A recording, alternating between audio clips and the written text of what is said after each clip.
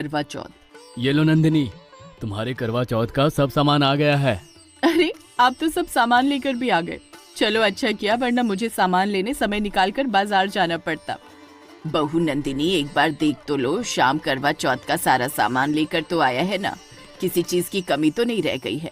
अगर कोई चीज कम पड़ गई होगी तो अभी जाकर फटाफट से ले आएगा, क्योंकि कल तो करवा चौथ है। कल के लिए कोई झंझट नहीं रहना चाहिए। हाँ माँ जी, अभी देखती हूँ। शाम अपनी माँ, पत्नी और एक बेटी मिनी के साथ रहता था। ये परिवार बहुत खुशहाल परिवार था। शाम का अपना गेहूं का भूसा बनाने का कारोबार था। भूसा बनाने के साथ साथ शाम और उसकी पत्नी नंदिनी को जानवरों से भी बहुत प्यार था। उन्होंने एक गाय और एक बैल रखा था, जिनकी देखरेख उसकी पत्नी नंदिनी बड़े चाव से किया करती थी। उन्हें अपने दोनों जानवरों से बहुत ज्यादा स्नेह था। माँ जी, सामान तो सारा आ गया है, बस 3-4 फलों की कमी लग रही है, जो मुझे सुबह सुबह पूजा के बाद गौरी गैया को खिलाने हैं। जा बेटा शाम, जल्दी से जाकर बाजार से 3-4 प्रकार के फल लेकर आ। और हाँ, फल थोड़े ज्यादा ले आना, गौरी के साथ भोला भी खा लेगा। शाम जल्दी से जाता है और सुबह के लिए कुछ 3-4 प्रकार के ताजा फल लेकर आता है। नंदिनी सुबह उठकर नहा धोकर पूजा करके करवा चौथ के व्रत की शुरुआत पति और सास के पैर छूकर करती है। जीती रह बहू, सदा सुहागन रह। मुझे आशीर्वाद दीजिए श्याम जी, मैं सदा सुहागन रहूं और हर साल ऐसे ही आपकी लंबी आयु के लिए ये करवा चौथ का व्रत इसी तरह से हंसी खुशी करूं। हाँ नंदिनी, सदा सुहागन रहो और हम दोनों हमेशा इसी तरह एक दूसरे के साथ रहें। पूजा करने के बाद नंदिनी सारे फल लेकर गौशाला में गौरी को खिलाने जाती है। गौरी, पहले मुझे सदा सुहागन रहने का आशीर्वाद दो, उसके बाद ये सारे फल तुम और भोला मिलकर खा लो। मालकिन, क्या बात है, आज कोई खास दिन है क्या? आप सुबह सुबह उठकर इतने अच्छे से तैयार होकर हमें ये फल खिला रही हैं। हाँ गौरी, आज का दिन हम औरतों के लिए बहुत खास दिन होता है। आज करवा चौथ है। करवा चौथ? मालकिन, ये करवा चौथ क्या होता है? जरा मुझे भी इस बारे में बताइए। गौरी, करवा चौथ एक व्रत है जो हर पत्नी अपने पति या फिर एक प्रेमिका अपने प्रेमी की लंबी आयु के लिए रखती है, और ये व्रत हर साल आता है। ये व्रत करने से पति की आयु लंबी होती है और साथ में हम महिलाओं में भी इस व्रत को रखने से एक अलग ऊर्जा का आभास होता है। पति पत्नी के बीच के प्रेम को ये व्रत और ज्यादा मजबूत बनाता है। अगर पति किसी मुसीबत में हो और उसकी पत्नी ये व्रत उसके लिए करे तो पति पर कोई भी मुसीबत नहीं आ सकती। उसके सर से हर संकट टल जाता है। माता पार्वती ने भगवान शिव के लिए ये व्रत रखा था। इस व्रत से उन्हें अखंड सौभाग्य की प्राप्ति हुई थी। बस तभी से सारी महिलाएं अपने पति की लंबी उम्र की कामना से ये व्रत करती हैं। अगर ये सब सच है मालकिन, तो मुझे भी आपकी तरह ये व्रत करना है। मैं ये व्रत भोला के लिए करना चाहती हूँ। गौरी, तुम ये व्रत मेरे लिए करना चाहती हो? हाँ भोला, हम दोनों में भी तो अटूट प्रेम है, और इस व्रत को करने से अगर हमारा प्रेम और मजबूत हो जाएगा और साथ ही तुम्हारे सर पर आने वाली हर एक मुसीबत और बलाएं टल जाएंगी, तो मैं ये व्रत तुम्हारे लिए हर साल करना चाहूंगी। हाँ गौरी, तुम भी ये व्रत कर सकती हो। जरूरी नहीं है कि ये व्रत सिर्फ इंसान ही करे, इसे कोई भी प्रेमिका अपने प्रेमी के लिए कर सकती है। अगर ये व्रत करने की तुम्हारी इच्छा हो रही है तो तुम इस व्रत को जरूर करना। चलो, वैसे भी अच्छा हुआ, घर में व्रत करने वाली मैं अकेली ही थी। अब से तुम भी मेरे साथ व्रत करोगी तो शाम को हम दोनों एक साथ पूजा करके व्रत खोलेंगी।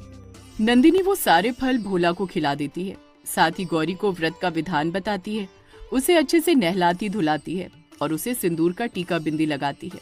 गौरी ये व्रत करने में बहुत उत्सुक थी। भोला, बहुत खुश हूँ, आज मैं तुम्हारी लंबी आयु के लिए ये व्रत करने जा रही हूँ। गौरी, प्रेम तो मैं भी तुमसे बहुत करता हूँ, लेकिन मुझे नहीं पता था कि तुम्हारे मन में मेरे लिए इतना प्रेम है। नंदिनी जब घर में सबको गौरी के व्रत रखने की बात सुनाती है तो सब बहुत खुश हो जाते हैं।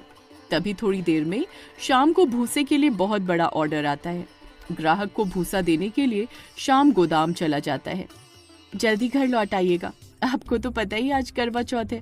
हाँ नंदिनी, तुम्हें कहने की जरूरत नहीं है, मैं बस यूं गया और यूं आया। नंदिनी और गौरी दोनों ही व्रत को बड़े ही मन और चाव से कर रही थी।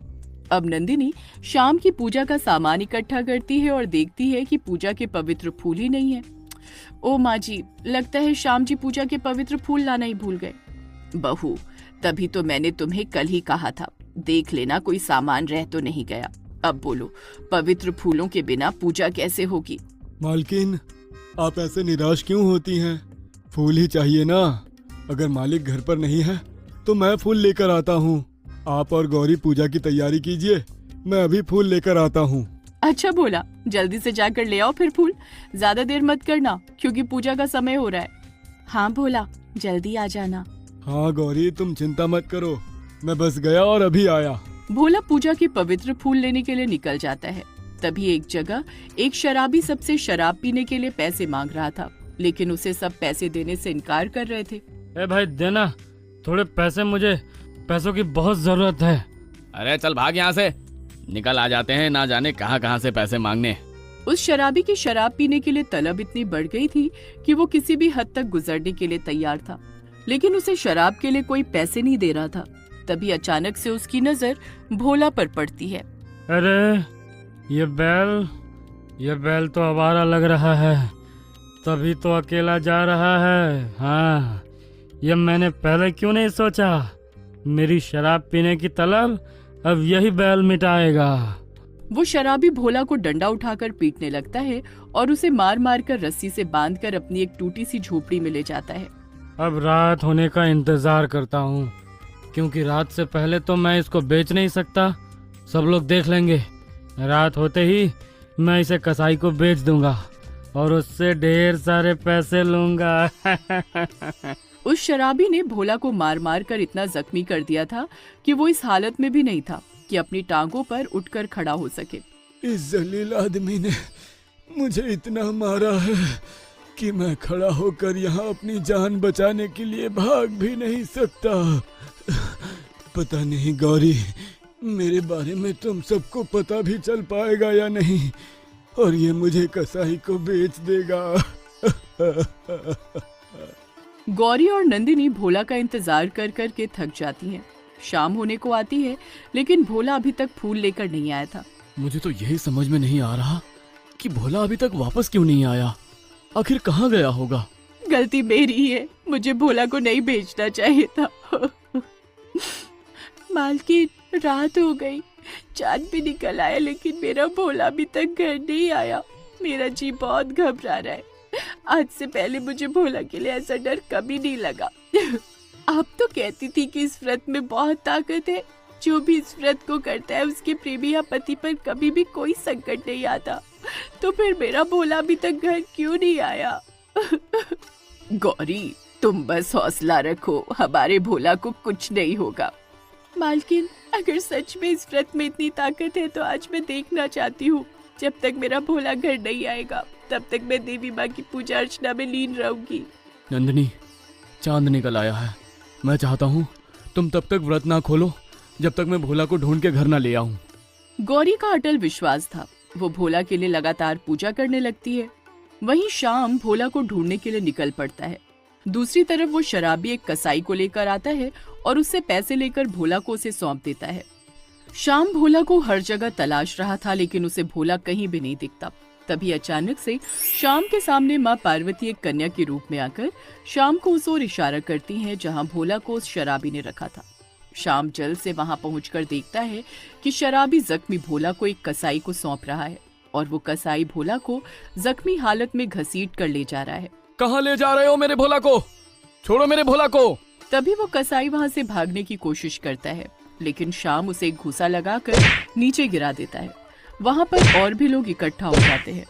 सारे लोग शराबी और कसाई को बहुत मारते हैं। शाम पुलिस को फोन करता है और उस शराबी और कसाई को गिरफ्तार करवा लेता है। फिर उसके बाद भोला को घर ले आता है। गौरी देखो, मैं तुम्हारे भोला को घर ले आया हूँ। गौरी, तुम चिंता न करो, मैं बिल्कुल सही हूँ। मालिक ने समय पर आकर मुझे बचा लिया। शुक्र है देवी माँ, मेरा भोला सही सलामत घर आ गया। मालकिन, आज इस व्रत पर मुझे सच पे विश्वास हो गया। इस व्रत में बहुत शक्ति है। देखने से पता चल रहा है मेरा भोला किसी बहुत बड़ी मुसीबत में था। मैंने ये व्रत किया तो मेरे भोला के सर से वो मुसीबत टल गई। हाँ गौरी, शायद तुम ये व्रत ना करती तो आज मैं जिंदा ना होता। तुम्हारी आस्था और श्रद्धा ने ही मुझे जिंदा वापस लाया है। अब गौरी और नंदिनी माँ पार्वती की पूजा करती हैं। चांद देखकर नंदिनी अपने पति के हाथ से पानी पीती है और खाना खाकर व्रत खोलती है। वहीं गौरी भी देवी माँ की पूजा के बाद भोला की पूजा कर पानी पीकर प्रसाद